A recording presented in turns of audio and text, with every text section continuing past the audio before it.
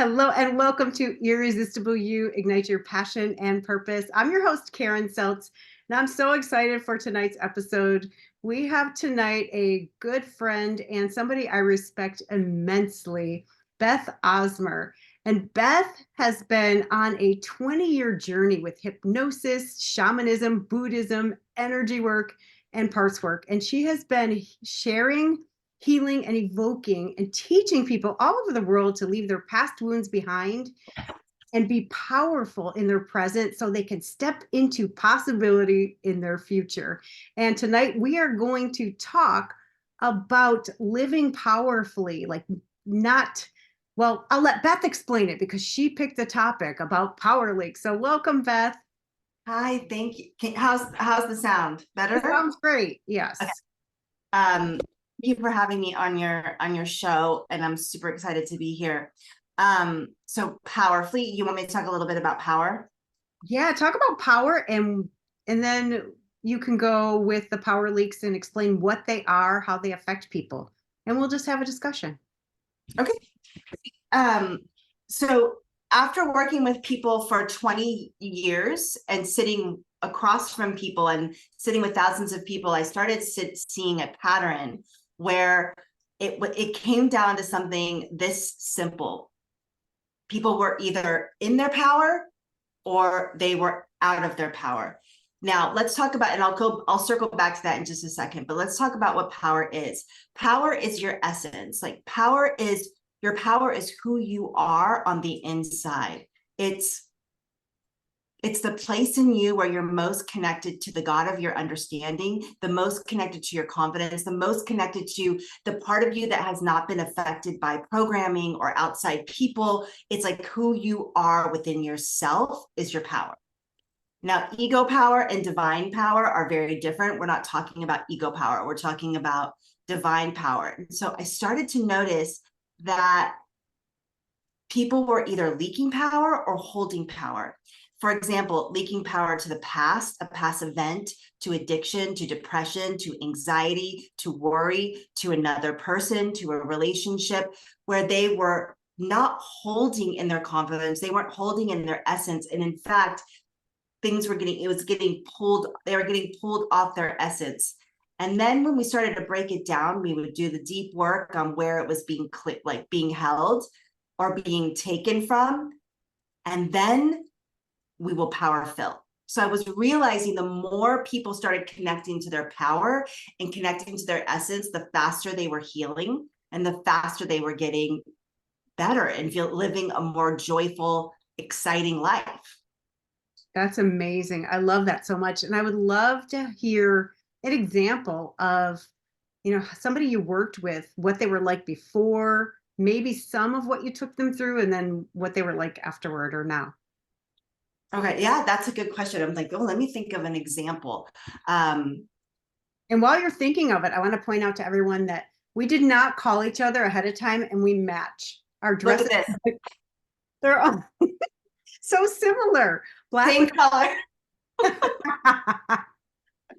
I have to interject some fun. Yeah. Well, you know what? I'll tell a story of what one of the stories I told today on my live event was I was working with this famous author years and years ago. She had multiple best-selling books. I'm talking New York Times bestseller. And she had everything. She had the money, she had the family, she had the house, she had a community. But what she didn't have was her connection to her confidence. She had a very, very dark, skewed view of who she actually was and what her life was like. And in fact, she had suicidal ideation sometimes, and she had a really rough upbringing in Ireland and was one of 7, a lot of abuse and a lot of neglect. And while we worked through the abuse and while we worked through these things to help clear them out of her system and help bring back her power, she couldn't shift her mindset. Like she had a very difficult time shifting her perspective of herself. So the way she was losing power was, yes, to past events, which she was working on, but also the way she talked to herself, the way she viewed herself, and it didn't match up. And in fact, she would often argue with me and say, well, you just don't know my life. You know, if I pushed her or got her to, you know, we were working on this to see a different perspective, she would actually argue with me and really fight for her not being okay. And she was losing a lot of power. She was tired. She was depressed. So this one day I said to her, we had been working together for months and she just wasn't budging off of this place, no matter how much work we did.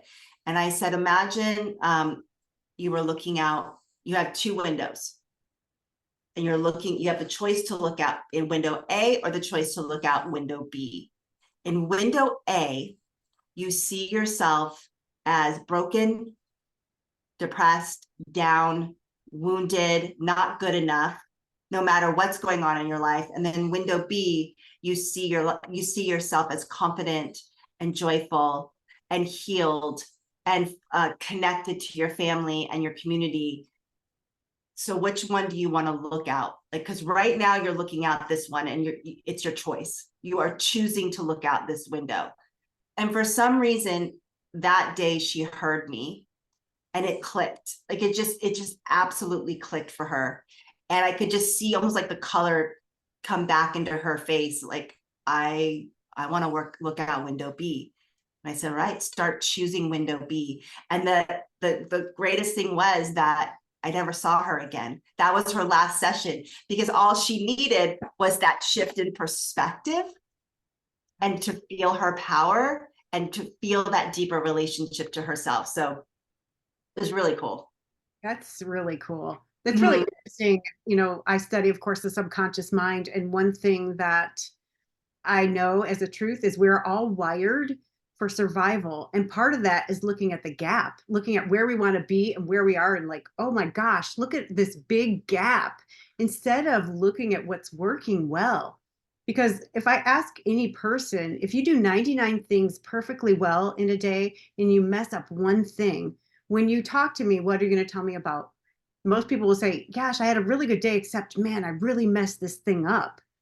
And what we focus on expands. And you gave her that vista, like you get to choose what to look at. Like, what are you choosing in the moment? And it's really fascinating once you just get that one little shift and it becomes something that you get to learn. It's definitely a habit that you get to foster because it doesn't come naturally because it's not how we're wired. But most people will also beat themselves up for it, for Right. looking at the glass half empty. But that's how you're wired. Right. And then in the beat up, you lose more power.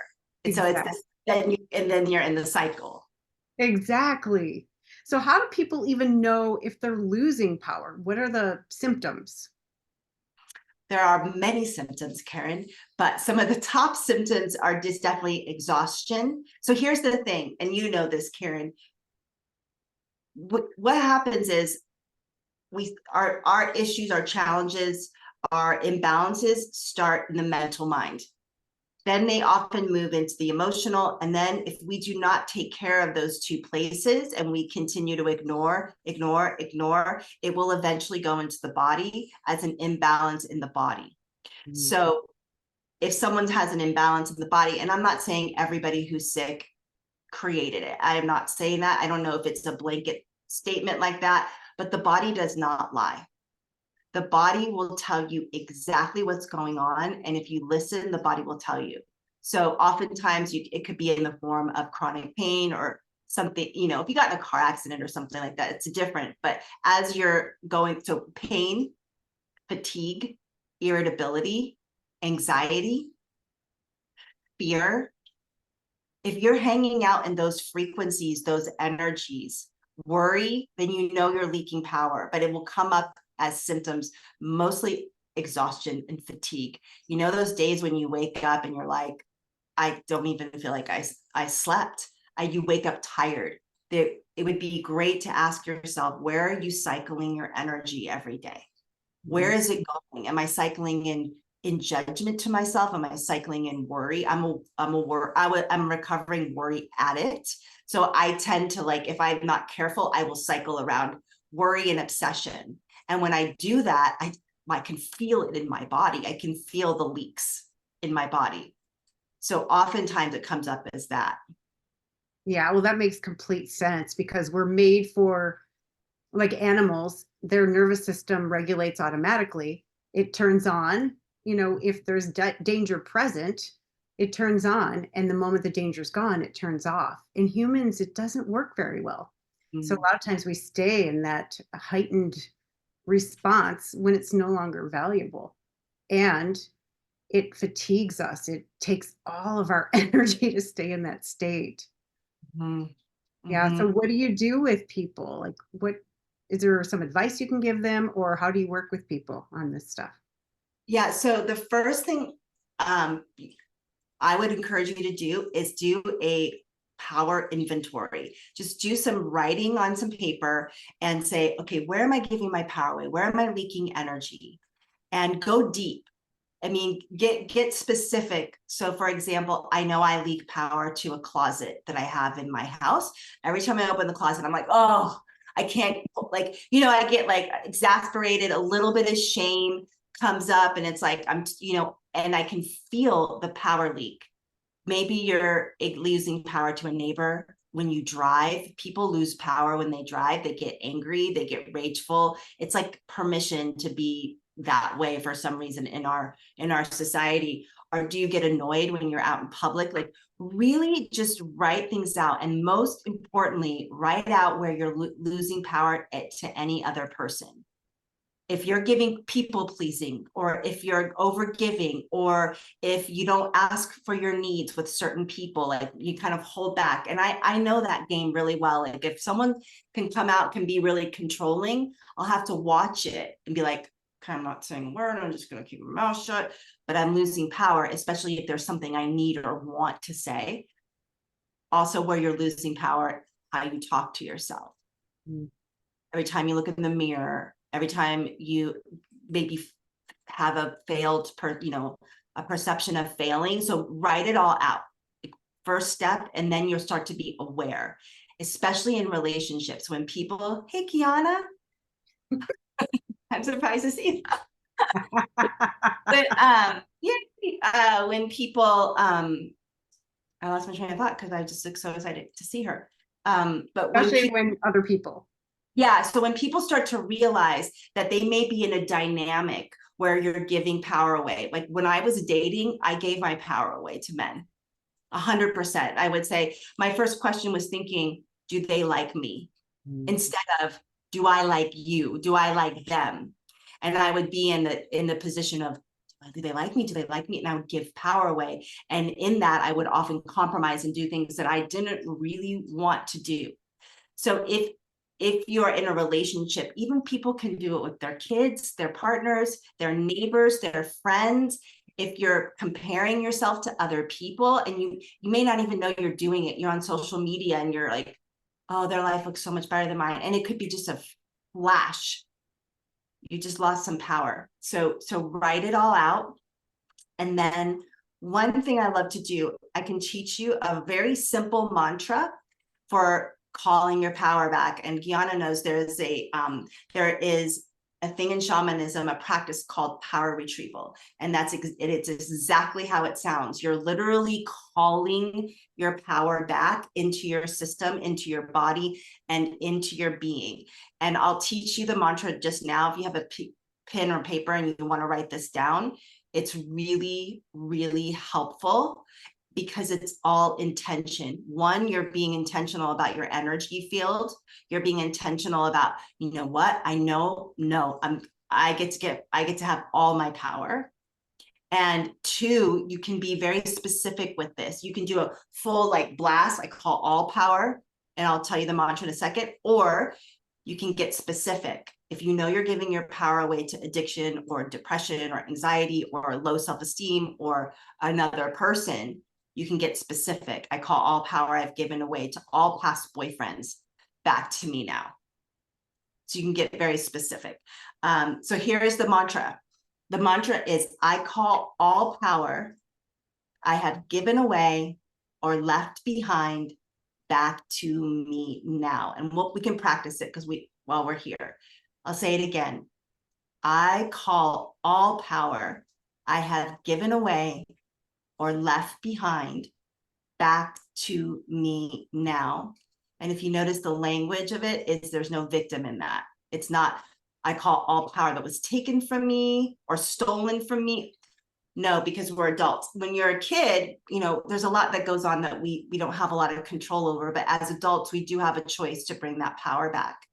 And you can get even specific with your past. If you want to say, I call all power, all from my past back to me now, from my mom, my dad, so you can get very specific, but you're being intentional with, I'm calling back all power I have given away or left behind, because that's powerful. So would y'all like to spend just like, we can do like a 30-second meditation and we'll call power back. Yes, let's do it. Okay, so if you're in a position, you go ahead and close your eyes or lighten your gaze. You can always do this like on the spot, like when you're out and about, or you could sit in meditation, put on some music, put on some drums, and be very intentional with it. So let's go ahead and close our eyes. And you can do a full sweep of calling all power back. We'll do it 3 times. Or you can get specific. So take a moment, and if there is something, even if it's something like I said, pain or anxiety, call it back. Overwhelm. Okay, so go ahead and close your eyes, and we'll take a deep breath in through your nose. And release out your mouth. And we'll say it, you can say it with me or out loud or in your mind. And you might feel energy coming back into your system, and it'll feel like an energy infusion.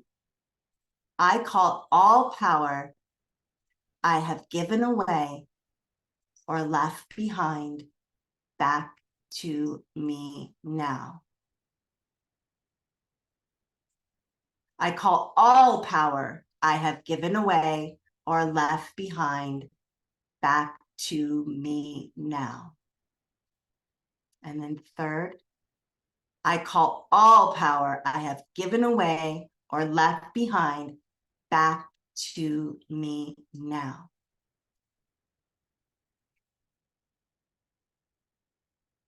And then let it settle. And feel yourself. Your precious energy you just called back.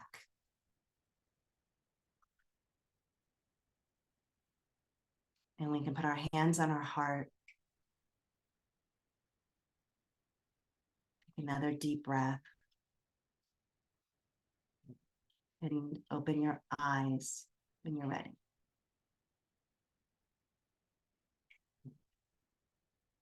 So you can do that. I have clients that take that and keep it in like their pocket so they can remember if you're in a moment or like going to visit a family or something that's hard. That's awesome. I was at a meeting and we did something like that. It was a whole meditation on power retrieval. And she's like, and we're going to give it a target of tomorrow morning at 9 a.m. She said, the first time I did this, I was up till 4 a.m. I was so filled with power. So just be aware that could happen, right? Like you could be filled with power. If that happens, can they give it a target of a different time tomorrow morning? Sure. Like target date of it's all coming back. Yeah. Or in the morning when they're wanting to wake up and use it. Yeah. After you wake up, instead of looking at your phone or a device, call your power back. Yes. Before you start your day, that's a great idea. Love it. Oh, that's so powerful. I feel good. I'm ready to go. How's everybody doing? It's amazing. I love that. Do you have anything coming up, any events that people can go to or anything at all? I have an event actually tomorrow. Oh, wow. We did the first part of it today and we have the second part tomorrow. It's actually an encore event. I did it 10 days ago and people a few people couldn't make it, so we're doing it again. And I don't know, I could put it in the chat, or if you go to my Facebook page, Beth Osmer, you can see there, and it's not too late to register if you want to join us tomorrow.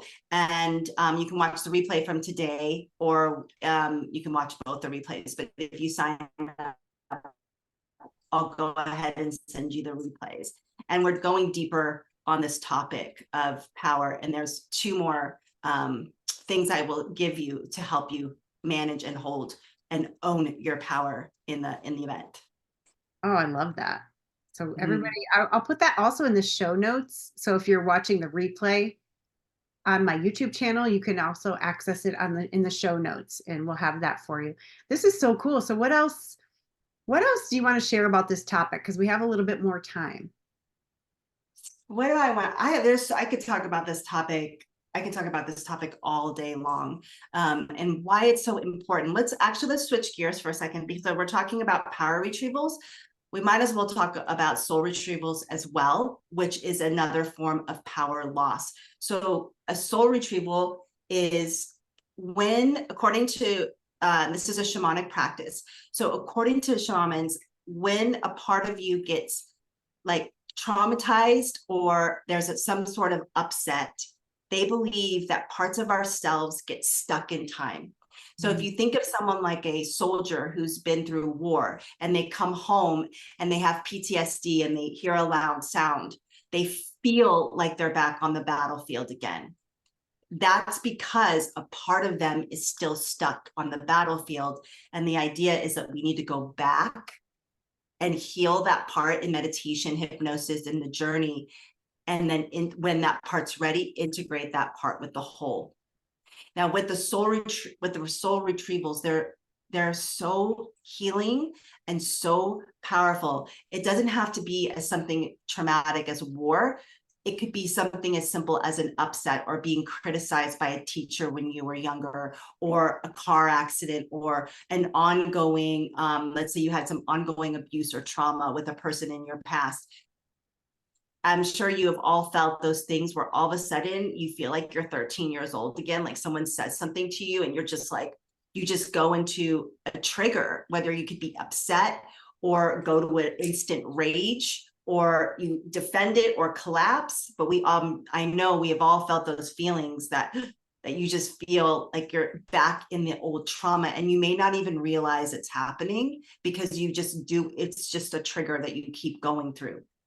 Now, my dad killed himself when I was 5 years old, and up until I learned the soul retrieval when I was in my early 30s, I just couldn't get at peace with it. Like it was one of those things that haunted me every single day of my life. So I met this beautiful shamanic teacher, and she took me on a soul retrieval to my 5-year-old self. And we did this work, and she was sitting on the bed. She had just heard that her dad died, and I was sitting on the bed. My 5-year-old self was sitting on the bed. So in the meditation, I brought my adult self there. I work with guides. I brought my guides there, and we let this little girl, she got to speak and cry because no one was checking on her. And it was such beautiful work with this part of myself that was severely traumatized. And then we integrated her. I brought her home to me. She, instead of being stuck on the bed, reliving the trauma for years and years and years. And I was at peace after that. Like, it really brought me to peace. And I have seen this time and time again with clients I've worked with, is working with a fragmented part, a soul part, and that is power. There's power loss there, right? If you're stuck in the past somewhere, and bringing and doing the deep healing work in the meditation, like healing that part, talking to the little girl or talking to the little boy, that it's so powerful and incredibly healing. So if there is a part of you, and like you feel like there's some unclear trauma, there might be, I don't know for sure, could be a soul retrieval, something that you get to go back and heal. And you can do it if you're into past lives, it can go that deep. But I always like to say, let's clean up this life first. Because there's a lot, like a lot of us have a lot going on in this life. And then sometimes we end up in a soul retrieval in a past life as well, especially if someone doesn't understand. Let's say you are afraid of, everyone's afraid of public speaking, but let's say you're afraid of public speaking and you really you have something to say in the world, and the fear is so intense that you are holding yourself back and you're giving your power away to that fear. That could be something that happened when you were a child. And if we can't find anything through the meditation, then sometimes there is something that happened in a past life and we got to go back and clear it and heal it and bring her back or him back. Yeah, that's really beautiful. It reminds me of, I call them fractured pieces. Like the way you're describing it, it seems like pieces that have been left behind, but also I think it's pieces that we've rejected, that we made up were not lovable because somebody told us, oh, if you're selfish, I'm not going to love you, or that's not lovable, or nice girls don't do that, those kind of messages. And what it sounds like is you're bringing all those fractured pieces back home and restoring your wholeness. And then you don't operate from this place of lack anymore. That's right. That's right. You're operating from a place of power and not deprivation or lack.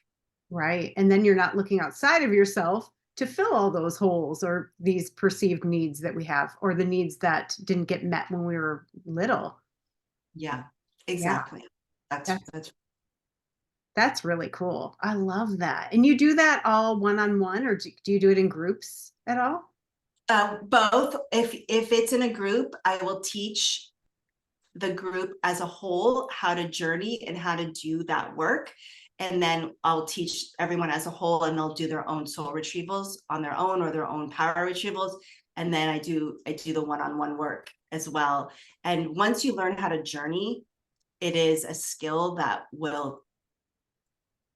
and a tool that will be with you for the rest of your life. It's something that if you take to the journey work, and this is working with guides and working on a soul level, you will have something that you'll always be able to turn to. If you need support or you need some healing, you have this ability to do it. So I teach it in the classes.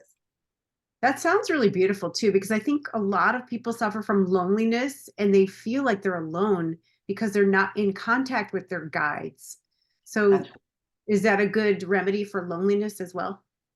100%. I felt, just giving you my background for a second, a little bit, I always felt like, didn't matter if I was with a bunch of people or not, I felt incredibly alone. And then the first time I met my first teacher, my first guide, it was like that. I was like, I'm home. I'm not alone. I have all of this support. So, and then when we feel like that inside, then we can go out and create it on the inside. We can create it on the outside. Yeah. Right? Yeah, I think that's really a good point, because so many people that are like us, we feel isolated, like we're the only ones who believe this. Or, I mean, I know for me, it took a long time before I came out of the spiritual closet, because I don't have what I consider to be traditional American Christian beliefs. And I thought I was the only one. And that was the scariest thing I've ever done. And I did like a coming out party kind of, but on Facebook, I did a Facebook Live and I was terrified. And I started by saying, I'm so afraid to tell you this, and I'm so afraid you're going to reject me, but here's my truth. And it was very freeing. And I couldn't believe how many people said Me Too. I started the Me Too movement. No, I'm just kidding.